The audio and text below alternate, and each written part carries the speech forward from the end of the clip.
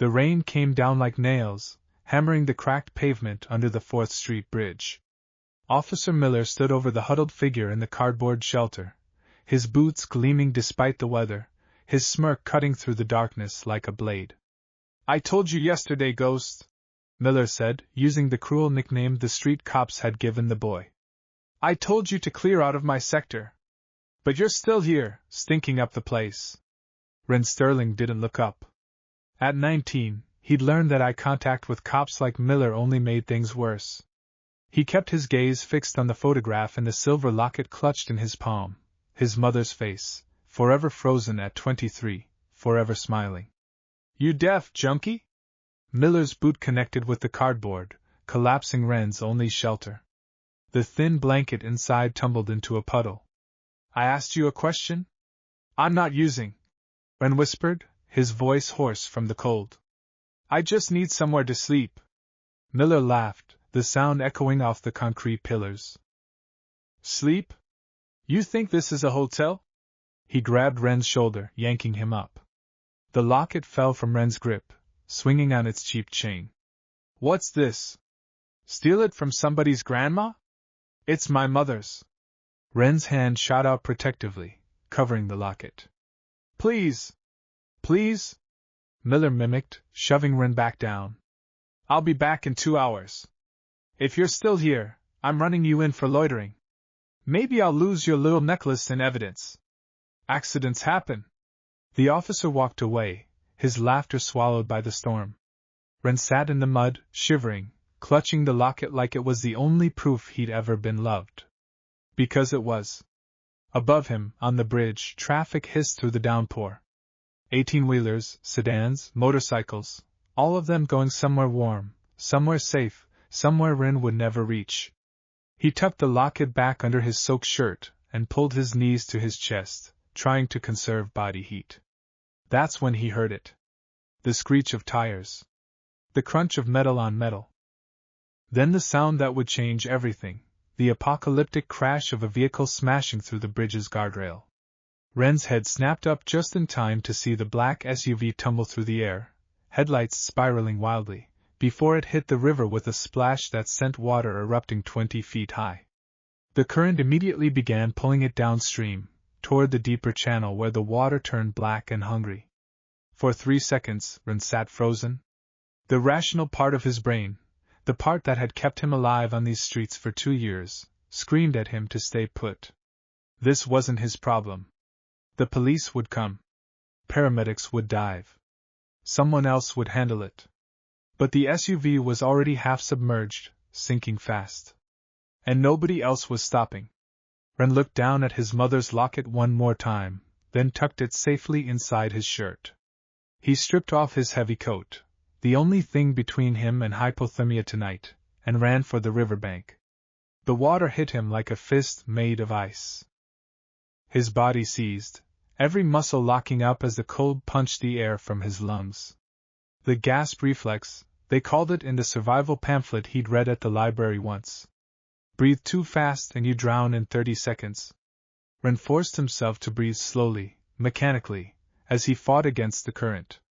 The SUV was 15 feet away, its taillights glowing red beneath the surface like demon eyes. 10 feet. 5. He dove. The underwater world was black chaos. The current tumbled him, disorienting, but Ren kicked hard and found the SUV's rear window. Through the murky water, he could see a massive shape in the driver's seat, a man, unconscious, water already rising to his chin. Ren pulled himself along the vehicle's frame to the driver's door. He grabbed the handle and pulled. Nothing. The water pressure had it sealed tight. He pounded on the window, hoping to wake the driver, but the man didn't move. His head lolled forward, a gash on his temple streaming blood into the rising water. Ren's lungs were already burning. He had maybe 30 seconds before he'd have to surface or die. He looked around desperately, and saw a river rock the size of a softball wedged near the SUV's tire. He grabbed it, planted his feet on the door frame, and swung with everything he had. The window spiderwebbed. He swung again. The glass exploded inward, and water rushed into the cabin, equalizing the pressure. The driver was enormous, easily 6'6", built like he'd been carved from a mountain. His leather vest was covered in patches and pins that Ren didn't have time to read. All he knew was that this man weighed at least 280 pounds, probably more, and Ren weighed 140 on a good day. Physics said it was impossible. Ren grabbed the man's vest anyway. He braced his feet against the door frame, wrapped both hands in the thick leather, and pulled. The man didn't budge. Ren pulled harder, his shoulders screaming in protest. Still nothing. The SUV was sinking faster now, tilting nose down toward the river bottom. Ren screamed underwater, bubbles exploding from his mouth, and pulled with everything he had, every ounce of strength his starving body could summon, every desperate hope that his mother was watching from somewhere, every stubborn refusal to let another person die alone. Something in his shoulder tore. Pain shot down his arm like lightning. But the man moved. Inch by impossible inch, Ren dragged the giant through the shattered window. The man's shoulders caught on the frame. Ren planted his feet on the roof and pulled again, feeling his muscles rip, tasting blood in his mouth from biting his tongue. The man came free. Ren's vision was going black at the edges. His lungs were fire. He wrapped one arm around the man's chest and kicked for the surface, pulling dead weight that should have dragged them both to the bottom. They broke the surface just as Ren's vision collapsed to a pinpoint. He gasped, coughed, gasped again. The rain felt warm compared to the river. The current had them now, pulling them downstream, away from the crash site. Ren kicked toward the nearest bank, a muddy slope 30 feet away. It might as well have been 30 miles. His legs were numb, his arms shaking with exhaustion. But he kicked anyway, one leg then the other, dragging his impossible cargo. His knee scraped mud. Ren grabbed a root jutting from the bank and pulled, hauling himself and the unconscious man out of the water. He collapsed on the slope, every muscle trembling, his breath coming in ragged sobs. But the man wasn't breathing. Ren rolled him onto his back. In the dim light from the bridge above, he could see the man's face clearly for the first time, hard features, a scar across his jaw, a beard braided with silver rings. His vest had patches that read Hell's Angels and Sergeant at Arms. Ren didn't know what that meant, but he knew he couldn't let this man die. He tilted the man's head back, pinched his nose, and breathed into his mouth. 2 breaths. Then he started chest compressions, counting like the CPR poster at the shelter had taught him. 1, 2, 3, 4. Come on, Ren whispered between compressions. Come on, please. At compression 28, the man convulsed. Water erupted from his mouth. He coughed violently, rolling onto his side, vomiting river water and bile into the mud. He was alive. Sirens wailed in the distance, growing louder. Red and blue lights flickered across the bridge above. Ren's hand went instinctively to his chest, feeling for his mother's locket. It was gone. Panic hit him harder than the cold water had. Ren patted his chest frantically, searched the mud around him, even checked the unconscious man's vest. Nothing. The chain must have broken during the struggle, lost somewhere in the black water or tangled in the sinking SUV.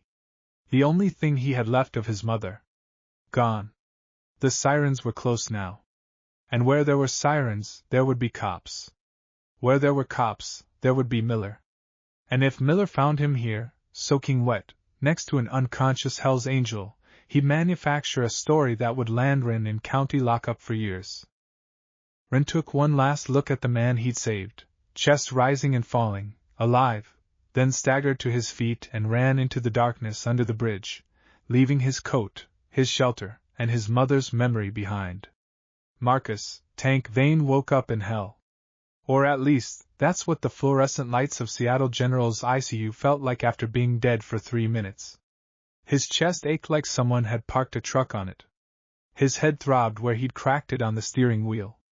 And his throat burned like he'd swallowed broken glass.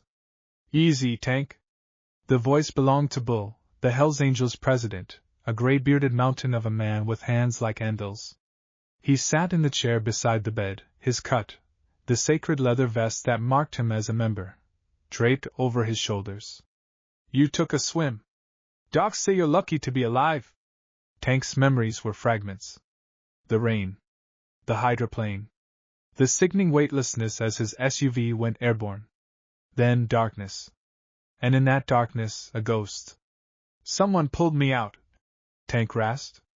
His throat felt like sandpaper. I remember, hands grabbing my vest. Bull shook his head. Paramedics found you on the riverbank. They said you were already breathing. No. Tank's eyes sharpened despite the pain. Before them. In the water. It was a kid. Skinny. Couldn't have weighed more than $140. He tried to sit up and immediately regretted it, falling back with a groan. He saved the patch, Bull. He pulled me out. The president's expression shifted from concern to something harder. In the Hells Angels, debts were sacred. Especially debts paid in blood. You sure? I saw him. Right before I blacked out again. Young. Soaking wet. Scared. Tank closed his eyes, trying to remember more, but the morphine made everything fuzzy. We need to find him. A nurse entered with a plastic bag. Mr. Vane, these are your personal effects. We had to cut your vest off in the ER, but we saved what we could. Tank took the bag with the reverence of a man handling religious relics.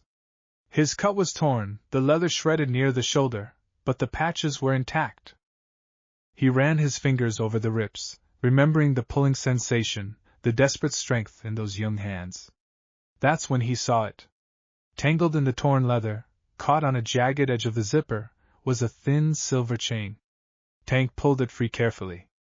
A locket dangled from the end, cheap metal that had turned green in places, but still intact. Bull leaned forward. What is it? Tank opened the locket with his thick fingers. Inside was a photograph, a young woman with kind eyes and a baby in her arms. On the back of the photo, written in faded ink, "And Mom, 2007. It's his," Tank said quietly. "The kid who saved me. This is how we find him." Bull stood, his face carved from stone. "I'll put out the call. Every brother in the city hits the streets. We find this Ren, and we bring him home." "And Bull?" Tank looked at his president with eyes that had seen 20 years of war, both literal and figurative. "We find him before the world eats him alive." Ren made it back to his spot under the bridge, but he couldn't stop shaking. The fever started sometime around dawn, a slow burn that spread from his chest to his limbs, turning his bones to ice and his skin to fire simultaneously. Pneumonia, probably. Or hypothermia that never quite left. Either way, he was dying by degrees, and there was nothing he could do about it. His coat was gone. His blanket was soaked through. And his mother's locket, the only thing that had made him human instead of just another piece of street trash, was gone forever. Ren curled into a ball against the concrete pillar, his teeth chattering so hard he bit his tongue. He'd traded his mother's memory for a stranger's life. The math of that equation kept circling his brain like a vulture. Had it been worth it? Would his mother have wanted him to save the man? Would she be proud, or disappointed that her son had nothing left? He closed his eyes and saw her face, not from memory, but from the photograph. The only image he had of her was gone now, and he could feel the details already fading. The exact shade of her eyes. The way her smile crooked slightly to the left. All of it dissolving like smoke. Ren cried, which only made the coughing worse. He curled tighter, trying to hold in the warmth that kept leaking out of him, and waited for the fever to either break or finish the job. He didn't notice the police cruiser until the boot kicked his leg. "Well, well, well?" Officer Miller's voice cut through Ren's delirium like a rusty saw. "Look what we have here. I told you to clear out, Ghost. But you're still squatting in my city." Ren tried to stand, but his legs wouldn't cooperate. He managed to get to his knees before a coughing fit doubled him over. Blood flecked his lips. Miller's smirk widened. "Jesus, you look like death. Maybe I should call an ambulance." He laughed at his own joke. "Nah. Ambulances cost the city money. You know what costs less? County lockup. 3 meals a day, warm bed. Of course, you'll have to explain how you got so wet." Where'd you go swimming, ghost? Steal something? Break into a house? I didn't. Wren's protest dissolved into more coughing. Miller kicked his meager supplies, a plastic bottle, a protein bar wrapper, a paperback book from the library, into a puddle. No ID. No residence. No visible means of support. That's loitering, trespassing, and vagrancy. I could run you in right now. He pulled out his baton, tapping it against his palm. The casual threat in the gesture was unmistakable. Or we could handle this the hard way. I give you an attitude adjustment, you finally get the message and leave my bridge. What's it gonna be? Wren looked up at the officer through fever-glazed eyes. He wanted to run, but his body had nothing left. He wanted to fight, but his arms could barely hold his weight. So he did the only thing he could, he lowered his head and waited for the beating. Miller raised the baton. The sound started as a distant rumble, like thunder rolling across the horizon. But it didn't fade. It grew louder, deeper, rhythmic as a heartbeat and relentless as a storm. Miller paused, his baton still raised, confusion crossing his face. The hell is that? Wren knew that sound. Everyone in Seattle knew that sound. It was the roar of dozens of motorcycles, moving in formation, shaking the ground itself.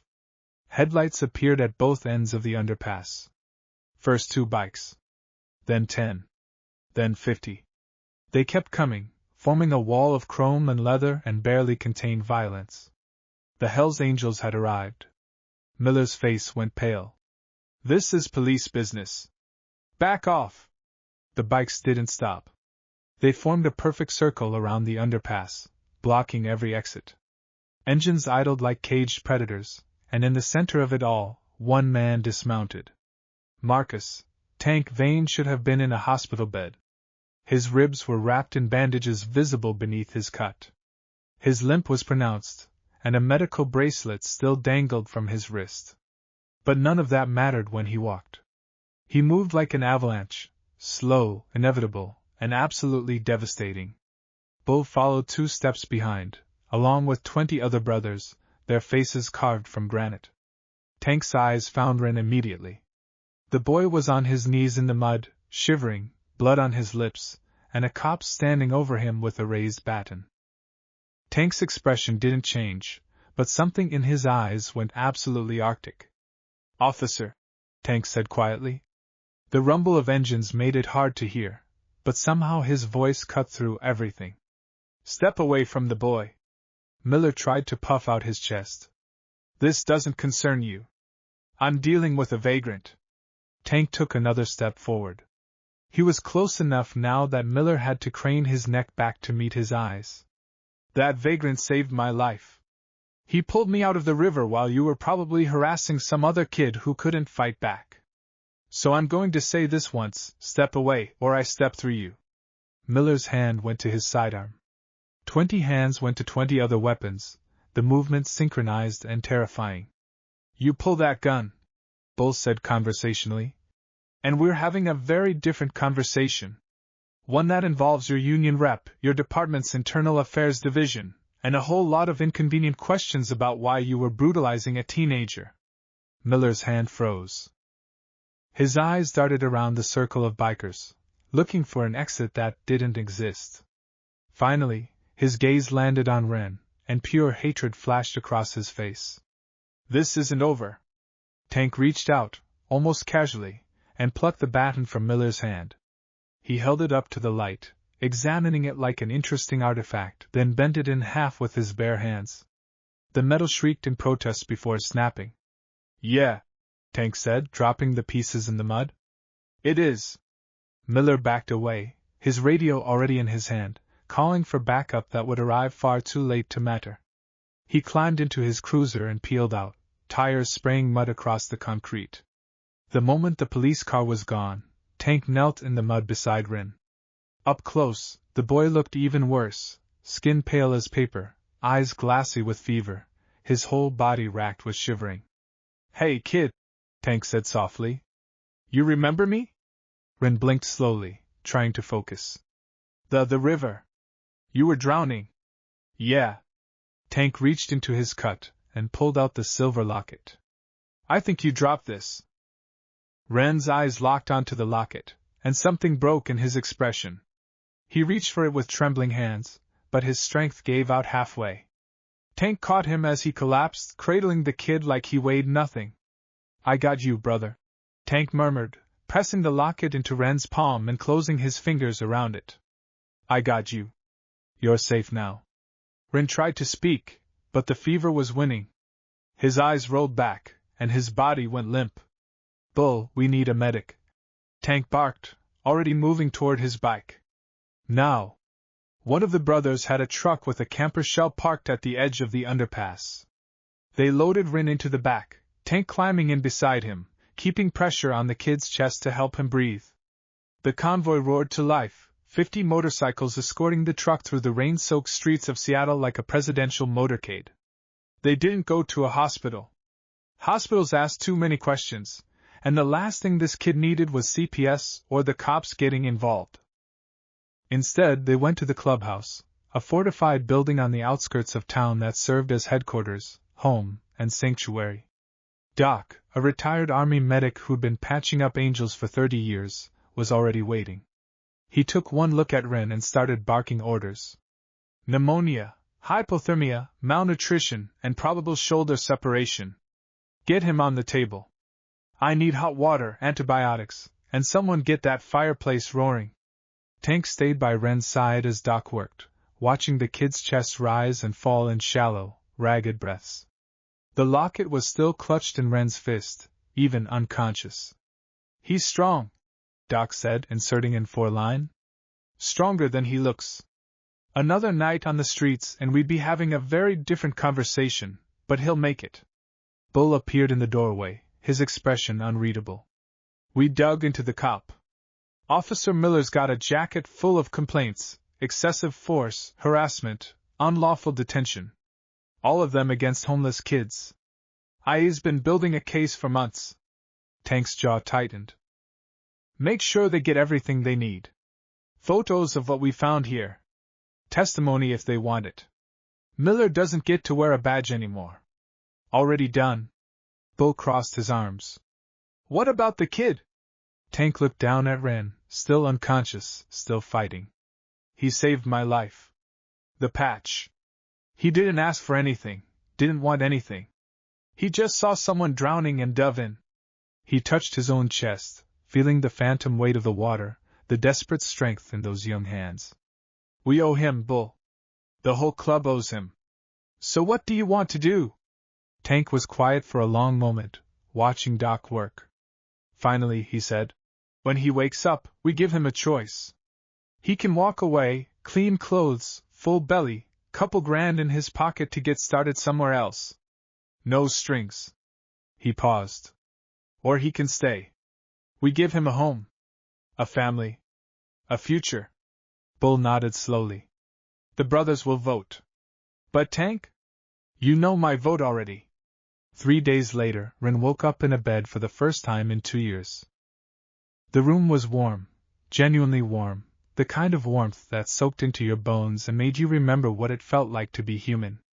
A fire crackled in a stone fireplace across the room. The mattress beneath him was soft, the blankets heavy and clean.